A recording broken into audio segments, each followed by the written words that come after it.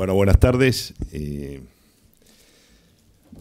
La verdad que lamento no haber estado en la jornada de este día y medio, con lo cual... Pero yo tengo una historia bastante particular y lo primero que me arrepiento de todos mis años pasados es haber criticado y cuestionado tanto al Estado Nacional, porque realmente cuando uno trabaja del otro lado se da cuenta que es muy fácil decir, pero muy difícil de hacer. Y esto no es una excusa, es un realismo práctico y que tiene mucho que ver con la dificultad desde el Estado de fijar políticas públicas que realmente sean superadoras de una situación tan difícil que atraviesa Argentina. En esta temática puntual, yo creo que hay para mí una condición básica y necesaria que es la estabilidad económica de Argentina. Yo siempre me refiero a la situación de vulnerabilidad, sobre todo de los jóvenes más afectados en su posibilidad de inclusión laboral, ¿no? Digo estabilidad económica porque en general en Argentina la inestabilidad ha hecho que muchos emprendedores con mucha vocación hayan sufrido las diferentes crisis económicas que han determinado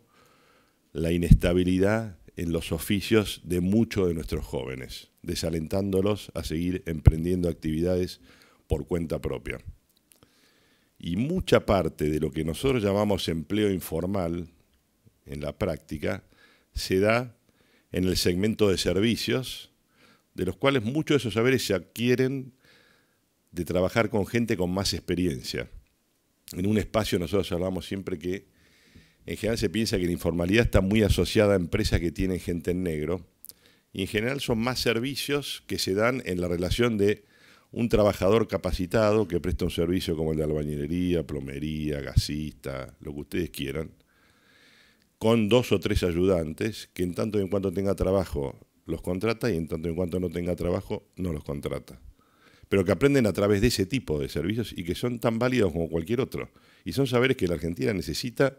desde muchos años y los va a seguir necesitando.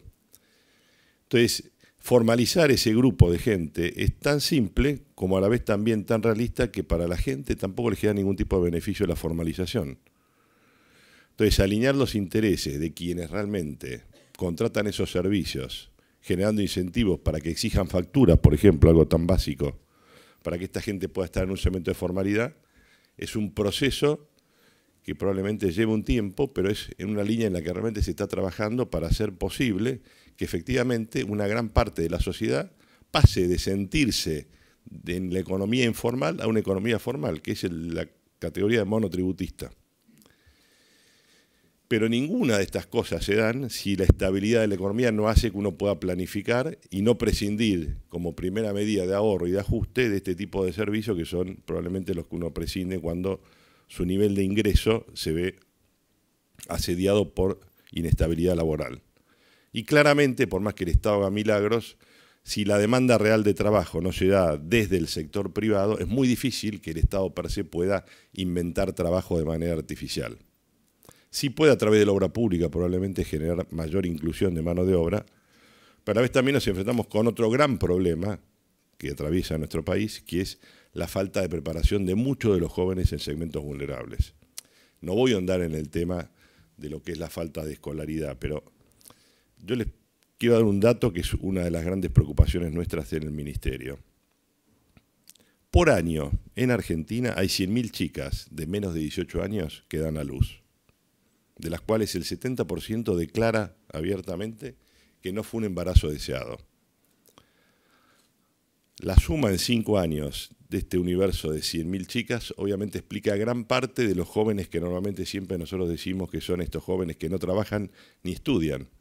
porque en general está asociado a chicas de 16 y 17 años que han tenido que interrumpir sus estudios secundarios, donde la abuela de estos chicos tiene 30, 35 años, donde todo su universo se centra en cómo hacer para sobrevivir en un espacio de una maternidad probablemente no deseada, aunque después sí es querida y con mucho amor, y un Estado que realmente se ve totalmente sobrepasado para poder contener a este universo de chicas que crece cada vez más, que no es solamente el universo de las chicas, sino también el de los jóvenes asociados a esa maternidad, que obviamente tienen el 50% de responsabilidad, que normalmente hacen que la mayoría de estos hogares no sean hogares sólidamente constituidos, sino que terminan siendo hogares monoparentales, con lo cual el resultado es un chico nuevo con una dificultad o con una posibilidad mucho menor de inserción laboral en todo lo que estábamos hablando recién, por no haber tenido ni siquiera los estímulos mínimos necesarios que cualquiera de nuestros hijos tendría en hogares constituidos de segmentos de clase media. No hay ninguna duda que tenemos que hacer frente a la situación de hoy, que el gran desafío nuestro es, como Estado hoy, contener a todos aquellos que hoy no tienen posibilidad de llegar a fin de mes. Pero a la vez también la gran preocupación, que a mí me da vueltas por la cabeza permanentemente, es cómo alineamos los intereses para que en un país que empieza a crecer, aquellos que hoy están recibiendo subsidios apuesten más a insertarse en un mercado formal de trabajo sin temor a perder el beneficio de un subsidio frente a la temporalidad o la dificultad de mantener en manera sostenida un trabajo en la economía formal. Hoy hay mucha gente que resigna una mejor calidad de vida por la inestabilidad o la inseguridad que le genera el hecho de no saber por cuánto tiempo pueden tener un trabajo en una economía tan volátil como la nuestra. Y la otra cosa que creo que va de la mano, y como Estado, sobre todo en el Ministerio, estamos haciendo una apuesta muy fuerte, es atender estas dos realidades que le decía antes. Primero, en lo que es embarazo adolescente. Estamos saliendo con un plan nacional que tienda a concientizar a los jóvenes de nuestro país de que realmente la decisión tiene que ser una decisión voluntaria y libre de cada joven, instruido de las características y los elementos disponibles que hay como para que realmente haya un uso responsable de la sexualidad. Pero a la vez también tampoco sería suficiente si no logramos que las madres estas en edad temprana puedan dejar a sus hijos para que ellas puedan terminar el colegio secundario. A diferencia de lo que pasaba antes, que las abuelas probablemente pudieran hacerse cargo de los hijos. Entonces, todo lo que es la política nacional de primera infancia tiene como dos objetivos centrales. El primero, asegurar que los chicos desde los 45 días tengan un nivel de estimulación temprana que haga que cuando lleguen a la edad del secundario tengan el mismo nivel de vocabulario y de estimulación que tiene cualquiera de nuestros hijos. Tarea no difícil en un país como el nuestro, que tiene una tasa de jóvenes vulnerables muy amplia. Y asegurar que en estos espacios de primera infancia también haya espacio para que las madres jóvenes, adolescentes, tengan un lugar donde dejar a sus hijos y tener un proyecto de vida que realmente les genere esperanza y no desesperanza como hay hoy en muchos lugares. Las respuestas y las soluciones a los temas estos no son fáciles, y creo que es engañarnos pensar que esto se va a cambiar de un día para el otro. Creo que como nunca el gobierno entiende, y yo vengo del sector privado empresarial, vengo del sector privado social y ahora estoy en el Estado, que esto no es una respuesta que solamente el Estado puede hacer, es el principal responsable en tratar de cambiar y revertir esta situación. Pero va de la mano del compromiso del sector empresario y del sector social. Solos no podemos hacerlo, y creo que hemos dado pruebas suficientes de que hay una convocatoria cada vez mayor, la AMIA es testigo de eso, de lo que es la convocatoria del Estado ayudándose en el trabajo de implementación con las organizaciones de la sociedad civil. Pero el tiempo de transformación que requiere una situación social tan deteriorada como la que atraviesa Argentina, un país que nunca ha tenido la posibilidad de planificar lo que significó la mutación, la migración del 90% de tener hoy una población asentada en centros urbanos, de haber recibido un flujo migratorio de países vecinos en más de 3 o 4 millones, es el resultado de una realidad hoy que nos exige a todos un desafío de pensar realmente una política pública de largo plazo y no esperar respuestas que no se van a dar milagrosas de un año para otro. En eso estamos comprometidos y por eso primera infancia, embarazo adolescente, primeros años, es una respuesta concreta a la generación del futuro para asegurar que tengan mejores oportunidades de la de muchos jóvenes que hoy vemos las dificultades por las que atraviesan por el hecho de no haber podido terminar el secundario o venir de hogares en donde realmente no han tenido ningún tipo de estimulación. Creo que todos tenemos que poner el foco y la cabeza en intentar dar respuesta al presente de hoy, pensando siempre en un futuro de largo plazo. Así que muchas gracias por la invitación, felicito a AMIA por esta convocatoria y ojalá realmente sean mucho más espacios pensando en cómo dar respuesta a esta realidad tan acuciante que hace a la dignidad y a la autoestima de muchos hermanos nuestros. Muchas gracias.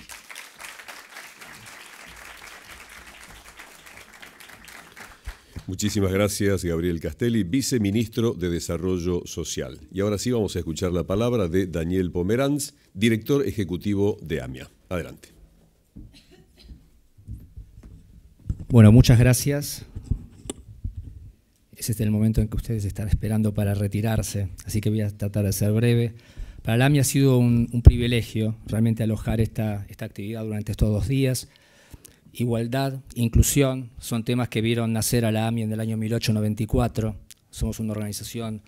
que este año ha cumplido 123 años de historia,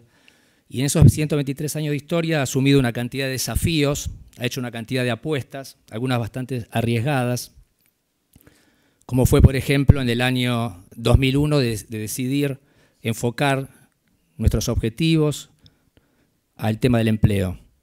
Eso lo hicimos en septiembre del 2001, suscribiendo un acuerdo con el Banco Interamericano de Desarrollo, que dio como primer paso el mes de mayo del 2002, cuando abrimos la oficina de Buenos Aires. Y eran temas que había que ser corajudo para decidir enfocar para ese lado. Tal vez había otros temas más fáciles, menos comprometidos, pero una impronta que siempre hemos tenido en esta organización es justamente abordar desafíos difíciles. Una de las primeras organizaciones que en 1970 decide profesionalizar sus equipos sociales, por ejemplo. Y esas 4 primeras oficinas abiertas en el año 2002 se constituyeron con el correr de los años en una red de oficinas de empleo, donde no solamente nos dedicamos a servicios, a mirar a cuáles son las necesidades y tratar de hacer un aporte en este sentido, sino también a reflexionar, a pensar. Y celebramos esta mirada, coincidimos obviamente con Gabriel Castelli en la mirada de largo plazo, 2030. 2030 es un objetivo que nos tiene que convocar a todos,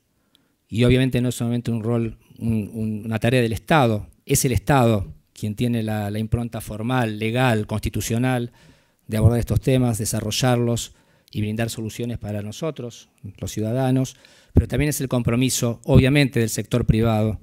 y obviamente nosotros hacemos propio, hacemos nuestro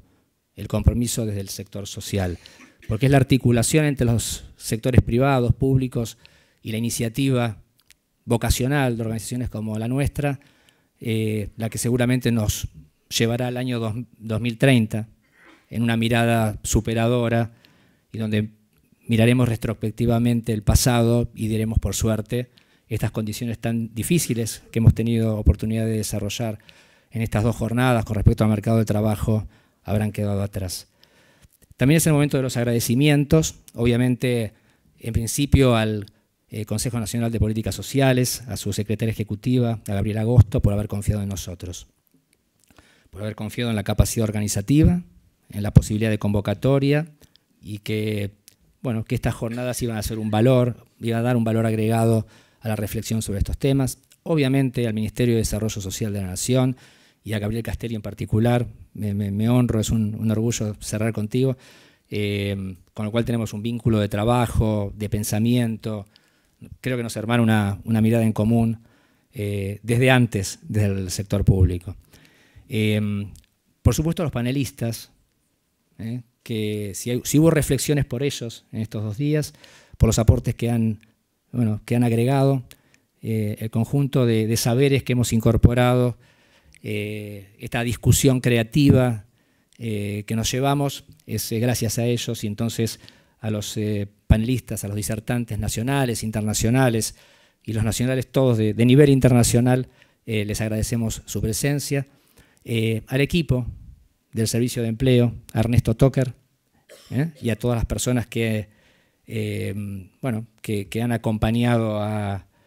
Ernesto en la organización de este evento, por supuesto, también. Sin ellos esto no hubiese sido posible. Y a todos ustedes que en el día de hoy